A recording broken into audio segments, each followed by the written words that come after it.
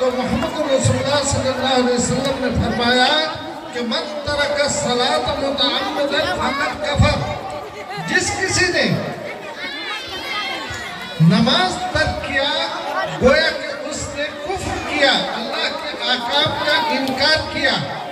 تو نماز ترک کرنے والا انسان دائرہ اسلام سے خارج ہو جاتا ہے اگر وہ مطلقاً نماز پڑھتا ہی نہ ہو۔ تو میرے بھائیوں اور دوستوں، یہ ہے اللہ کے احکام اور اس کی فرامین۔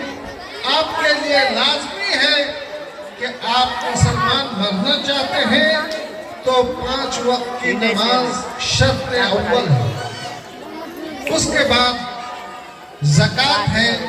آپ اگر نصاب کے بقدر آپ کے پاس دولت ہو، 52.5 تولہ چاندی، 7.5 تولہ سونا کے بقدر دولت ہو اور اس پہ سال گزر جائے تو آپ پر زکوٰۃ فرض ہے ورنہ نہیں ہے۔ اور اس کے بعد آتا ہے روزہ۔ سال میں اللہ تعالیٰ نے جس طرح سے اس سے پہلے کہ اقوام پر روزہ مختلف انداز میں فرض فرمایا تھا، اسی طرح سے آپ پر بھی رمضان کے روزے فرض کیے گئے۔ اور ہر عاقل بالغ مومن پر، مسلم پر فرض کیا ہے کہ وہ صحت کے ساتھ رہتے ہوئے 30 روزے رکھے اور اللہ کا تقوی اختیار کرے۔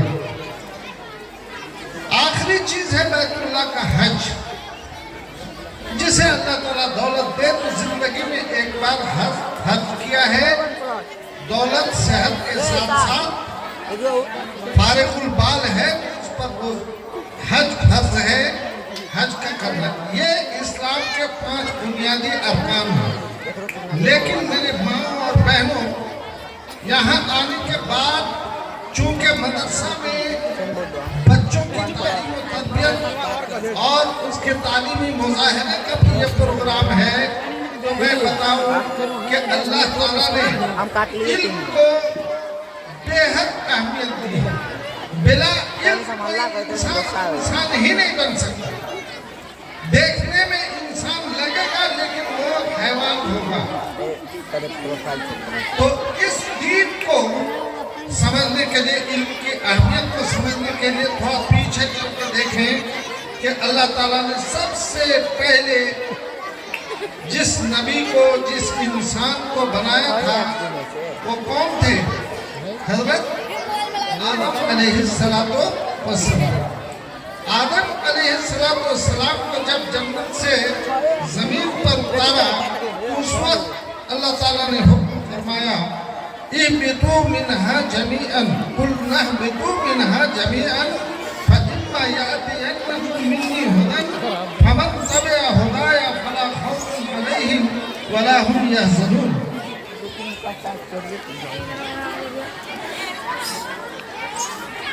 پیاری بچیوں، آپ کے یہ ہنگامے بہت اچھے لگتے ہیں۔ آپ لوگوں نے تعلیم حاصل کی ہے لیکن تربیت نہیں حاصل کی۔ آپ بچوں سے میں کہہ رہا ہوں، آپ لوگ اپنی زبان کو تالا لگا لیں کچھ دیر کے لیے، خدا کے واسطے خاموش ہو جائیں۔ جو باتیں کہی جا رہی ہیں اس کو غور سے سنیں۔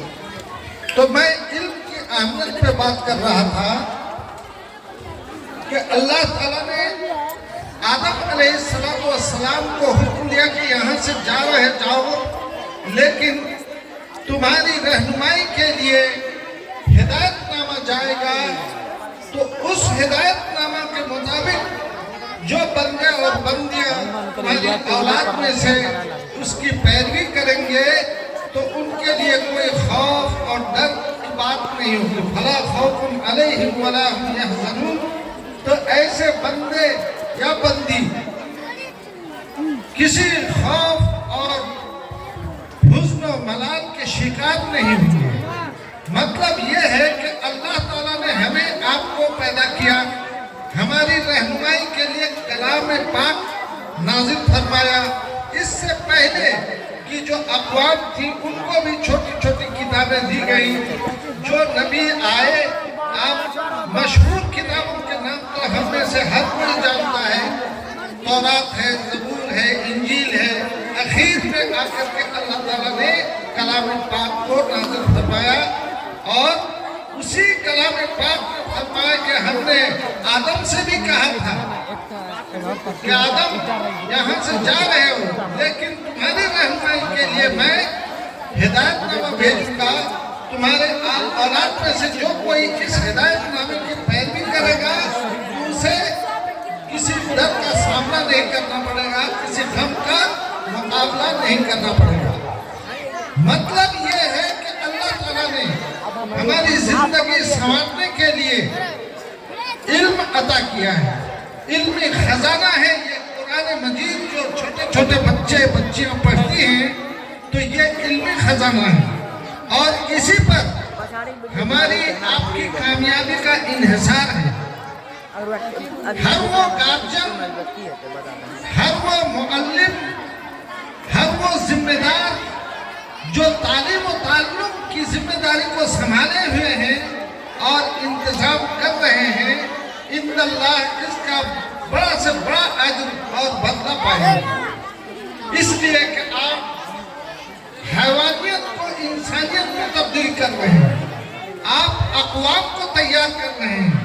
خصوصاً ہمارے اساتذہ جو یہاں پر دن رات محنت کرتے ہیں، چھوٹی چھوٹی بچیوں کو، چھوٹے چھوٹے بچوں کو قال اللہ اور قال الرسول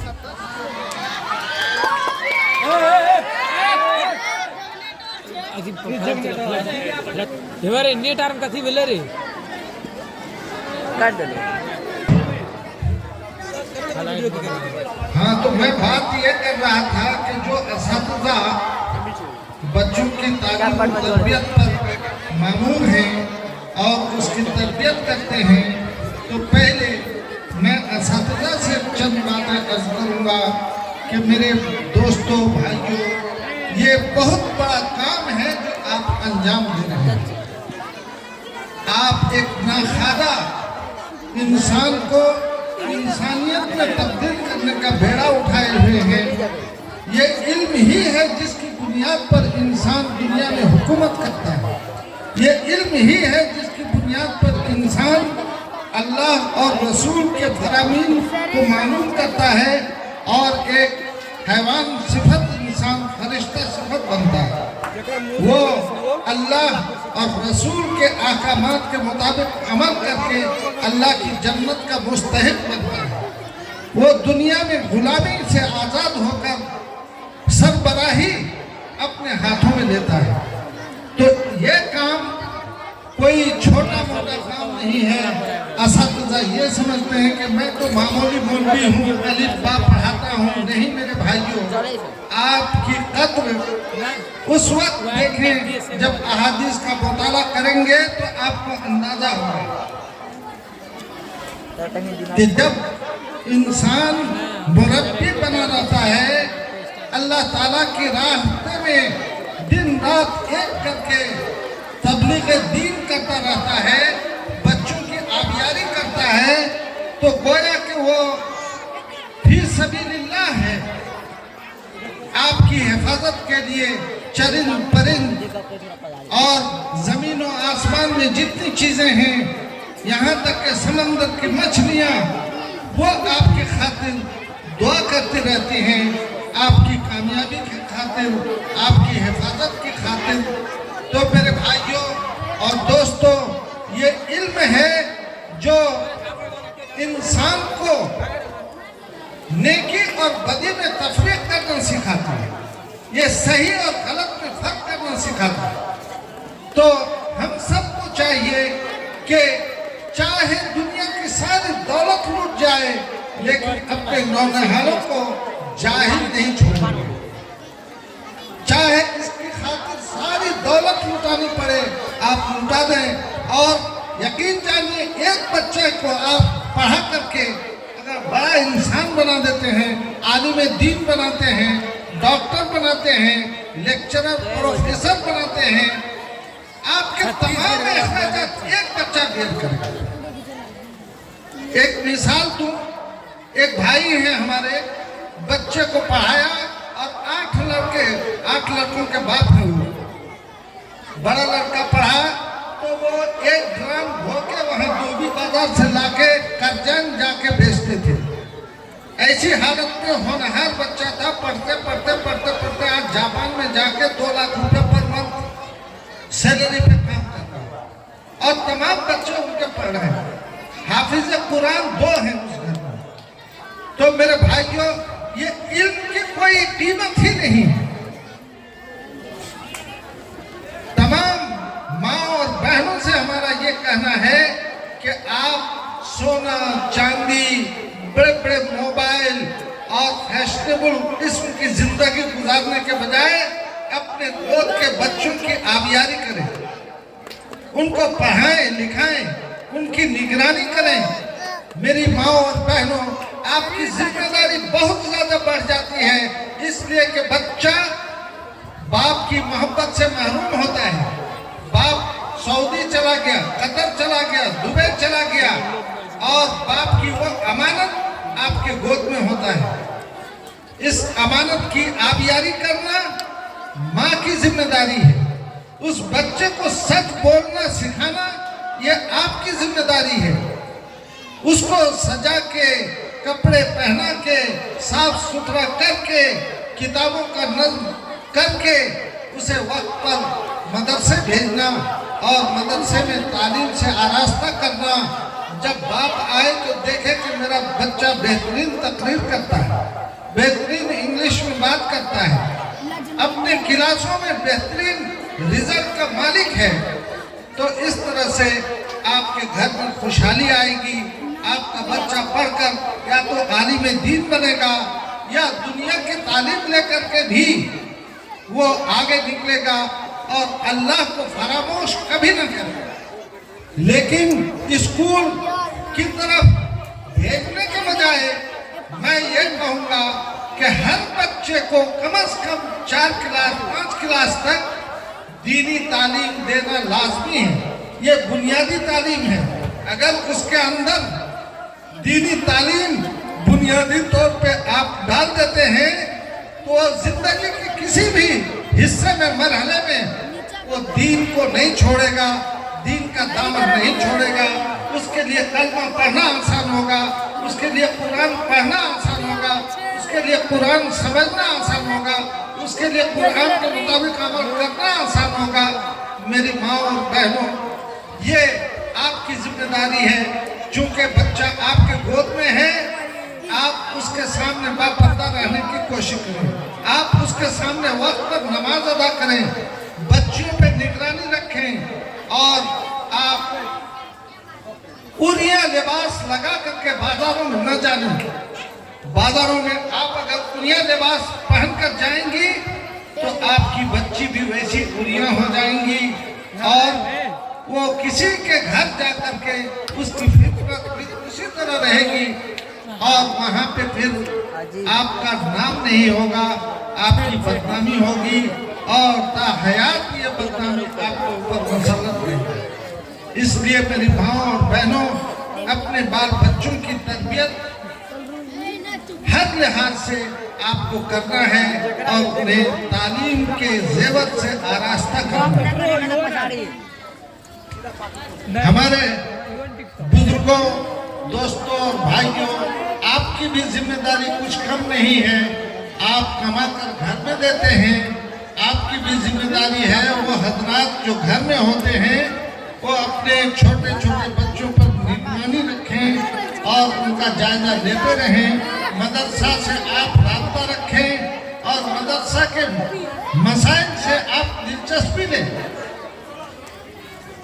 کہ مدرسے میں اساتذہ کو تنخواہ وقت پر مل رہی ہے، نہیں مل رہی ہے، کس طرح کی قربانی آپ دے سکتے ہیں، چاہے دولت کی ضرورت ہو، وقت کی ضرورت ہو، ہر لحاظ سے آپ دامے دل میں سکھنے ادارے کا تعاون کریں۔ یہ صدقہ جاریہ ہوگا، اور جب تک ادارہ چلتا رہے گا آپ کو اس کا اجر ملتا رہے گا۔ آپ اگر دنیا چھوڑ بھی جاتے ہیں، آپ نے کچھ زمین جائیداد یا ادارہ بنانے میں کچھ سیمنٹ آپ نے ہبہ کیا اور اپنے تعاون سے کوئی گھر بنا دیا، تو جب تک وہ گھر باقی رہے گا، وہاں سے تعلیم و تعلم کا کام ہوگا، تو اس کے اجر سے آپ محروم نہیں کیے جائیں گے۔ مرنے کے بعد بھی آپ کو یہ دروازہ آپ کے لیے کھلا رہے گا، اس کا اجر آپ کو ملتا رہے گا۔ تو میں یہ کہہ رہا تھا کہ آپ پہلے علم کی اہمیت کو سمجھیں، علم کی قدر کرنا سیکھیں۔ بال بچوں کو 18 سال ہوتے ہی تمام کو بھیج دیں باہر کمانے کے لیے۔ یہ کمانا یہ کوئی زندگی نہیں ہے، یہ مقصد نہیں ہے۔ اللہ تعالیٰ نے جو ہمارا آپ کا مقصد متعین کیا ہے وہ یہ ہے کہ وَمَا خَلَقْتُ الْجِنَّ وَالْإِنسَ إِلَّا لِيَعْبُدُونِ، کہ ہم نے جن اور انسان کو صرف اور صرف اپنی عبادت کے لیے پیدا کیا۔ آپ جانتے ہی نہیں ہیں کہ ہمیں کیا کرنا ہے، قرآن کیا کہتا ہے۔ قرآن کے ساتھ اتنا ظلم کرتے ہیں ہم، کیا بتاؤں۔ آپ ہیں کہ قرآن اٹھا کر سال میں بھی ایک بار نہیں دیکھتے کہ قرآن میں کیا ہے۔ میرے بھائیوں، اللہ تعالیٰ فرماتا ہے شہر رمضان الذی انزل فیہ القرآن ھدی للناس، یہ رمضان ہی کا مقدس مہینہ ہے، پاکیزہ مہینہ ہے، جس میں اللہ تعالیٰ نے کلام پاک کو نازل فرمایا، اور یہ ساری انسانیت کے لیے ہدایت کی کتاب ہے۔ آپ کہیں کہ سب سے قیمتی کتاب مسلمانوں کے پاس ہے، اور مسلمان اتنے سارے ہیں، کوئی یہ نہیں کہہ سکتا کہ آج قرآن پڑھ کر آئے۔ کوئی پڑھ کے آیا ہو، ترجمہ دیکھ کے آیا ہو تو ہاتھ اٹھا کر بتا دے کہ ہم نے مطالعہ کیا۔ پھر آپ کو نجات کہاں سے ملے گی؟ یہاں 500 کی تعداد میں یا 1000 کی تعداد میں لوگ ہوں اور ایک بھی ہاتھ نہ اٹھے کہ آج میں نے مطالعہ کیا قرآن مجید کا، اور قرآن کی تعریف کا پل باندھ دیں، یہ بہت اچھی کتاب ہے، اسی پہ ہماری کامیابی منحصر ہے۔ لیکن میری ماں اور بہنوں، یہ قرآن صرف طاقوں میں سجا کر ہمیں نجات ملنے والی نہیں ہے۔ جس طرح سے آپ MBBS ڈاکٹر سے جا کر کے، MD ڈاکٹر سے جا کر کے نسخہ لکھا دیں بخار کیسے اترے گا، اور نسخہ لکھا کر دوا بھی لے لیں، اللہ کے طاق پہ سجا دیں، وقت کے مطابق آپ دوا استعمال نہ کریں۔ کوئی بتا سکتا ہے کہ دوا کا نام لے لے کے رات بھر رکھتے رہیں گے نجات ملے گی؟ وہ تو کتاب اس لیے ہے کہ اس کو پڑھا جائے، کتاب اس لیے ہے کہ اس کو سمجھا جائے، کتاب اس لیے ہے کہ اس کے مطابق عمل کیا جائے، کتاب اس لیے ہے کہ دوسروں کو اللہ کا پیغام پہنچایا جائے کہ کلام پاک میں کیا فرمایا ہے، کیا ذمہ داری ہے ہماری۔ تو یہ منتقلی کا مسئلہ جو ہے یہ بڑا گمبھیر صورت اختیار کی ہوئی ہے۔ یہاں مائیں ہیں، بہنیں ہیں، نہ جانے کون کیا معلوم کس کو، ان کی نماز کس طرح کی ہوتی ہے اور وہ کس طرح ادا کرتی ہیں، کتنا قرآن جانتی ہیں۔ یقین مانیے گا، جس طرح سے مردوں کے لیے قرآن کا پڑھنا، سمجھنا، عمل کرنا ضروری ہے، اسی طرح عورتوں کے لیے بھی قرآن کا پڑھنا، سمجھنا اور عمل کرنا، دوسروں تک پہنچانا یہ ضروری ہے۔ اگر یہ سلسلہ محمد رسول اللہ صلی اللہ علیہ وسلم کے بعد صحابہ صحابیات نے نہ جاری رکھا ہوتا تو کیا آج تک قرآن باقی رہتا؟ قرآن باقی نہ رہتا۔ تو صحابہ کے بعد تابعین نے، تبع تابعین نے، صالحین نے اس دین کو زندہ رکھا، اور دین کی خاطر نہ جانے کیسی کیسی اذیتیں برداشت کی۔ امام مالک کے بارے میں آتا ہے، امام احمد بن حنبل کے بارے میں آتا ہے، کوڑے کھائے ہیں، بادشاہ وقت نے کوڑا لگایا اور خوش دلی کے ساتھ اپنے آپ کو پیش کر دیا کہ تم جو حکم دو کہ میں اس کے مطابق عمل کرنے والا نہیں ہوں، تمہیں جو چاہے، تم جو چاہو سزا دے دو، اللہ کو ناراض نہیں کر سکتا، کیونکہ یہاں کے بعد جو سزا دینے والا سزا دے گا اس کی کوئی تلنا ہی نہیں، مقابلہ ہی نہیں۔ تو میں اللہ کی رضا چاہتا ہوں میرے بھائیوں، ہم آپ بھی اللہ کے فرما بردار کہتے ہیں تو آپ کو عہد کرنا پڑے گا۔ اللہ تعالیٰ فرماتا ہے کہ قُلْ إِن كُنتُمْ تُحِبُّونَ اللَّهَ فَاتَّبِعُونِي يُحْبِبْكُمُ اللَّهُ يَغْفِرْ لَكُمْ ذُنُوبَكُمْ وَاللَّهُ غَفُورٌ رَحِيمٌ۔ اے مسلمان، اے محمد صلی اللہ علیہ وسلم، آپ لوگوں سے کہہ دیں کہ تم اگر اللہ کی خوشنودی چاہتے ہو، اللہ کی محبت چاہتے ہو، تو تم میری پیروی کرو۔ محمد رسول اللہ صلی اللہ علیہ وسلم کی پیروی آپ کو کرنا پڑے گا، دل میں ٹھاننا پڑے گا، چاہے جو گزر جائے، لیکن سنت کے علاوہ میں کوئی عمل نہیں کروں۔ جو بھی عمل ہوگا سنت کے مطابق ہوگا۔ اب آئیے میں بتاؤں، کلام پاک نے جس طرح سے لڑکا کو حق دیا ہے کہ والدین اپنے ماں باپ کی پراپرٹی پہ لڑکے کو حق ملے گا، اسی طرح سے آدھا حق لڑکیوں کو ملے گا۔ یہ حق طے شدہ ہے، لیکن ہم یہاں مجمع میں بیٹھے ہوئے تمام لوگ یہ بتائیں، کیا ہم نے بیٹیوں کے ساتھ انصاف کیا ہے؟ کیا ہم نے اپنی بہنوں کے ساتھ انصاف کیا ہے؟ اگر نہیں کیا ہے تو یہ نافرمانی ہے، اور یہ حقوق العباد ہے کہ بیٹا نے ساری زمین لے لی اور بہن کو محروم رکھ دیا۔ یہ آپ کے اللہ کا فیصلہ نہیں ہے، یہ محمد رسول اللہ کا طریقہ نہیں ہے۔ اللہ کا فیصلہ یہ ہے کہ بیٹیوں کو بھی والدین کے پراپرٹی میں حصہ دیا جائے۔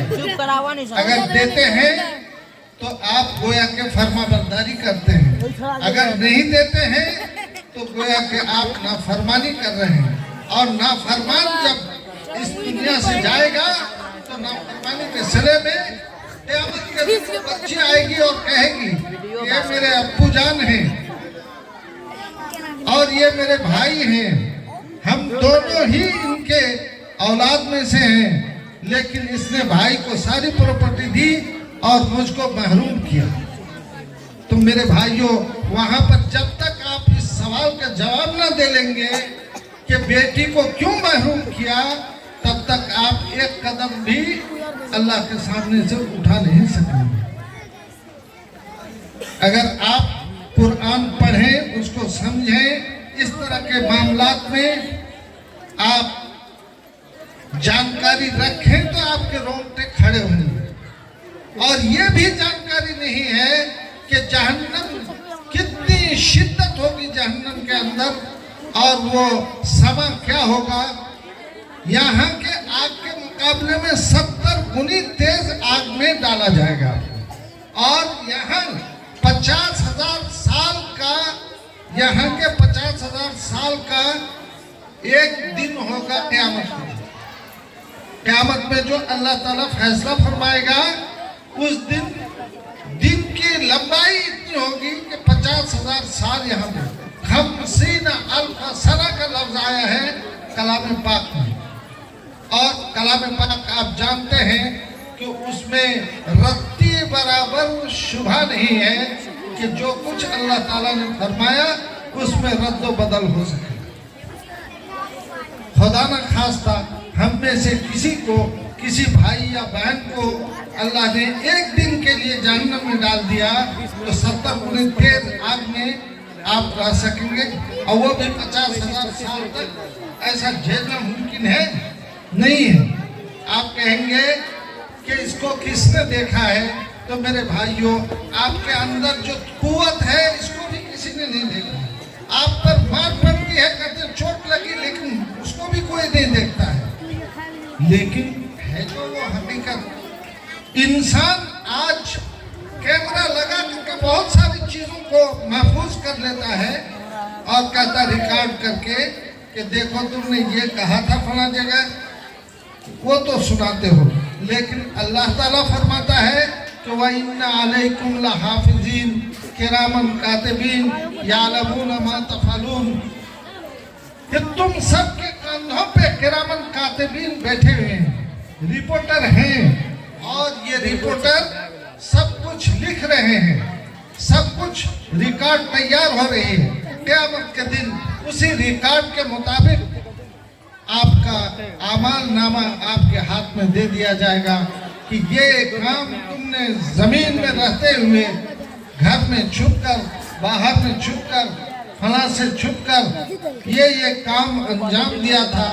میرے بھائیوں، ایک ایک ذرہ آپ کا لکھا جا رہا ہے، کسی وقت آپ آزاد نہیں ہیں، ہر لمحہ اللہ کا فرشتہ اپنی ریکارڈ تیار کر رہا ہے۔ تو آپ سے مؤدبانہ التماس ہے کہ آپ لوگ خدا کا خوف کھائیں اور قرآن و سنت کے مطابق عمل کرنے کی ٹھان لیں تو ناجی ہو جائیں گے۔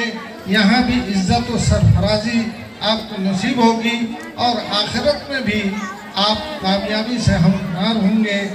آپ سے اس گزارش کے ساتھ اللہ تعالیٰ سے دعا گو ہوں کہ اللہ تعالیٰ ہم سب کو قرآن و سنت کے مطابق عمل کی توفیق عطا فرمائے۔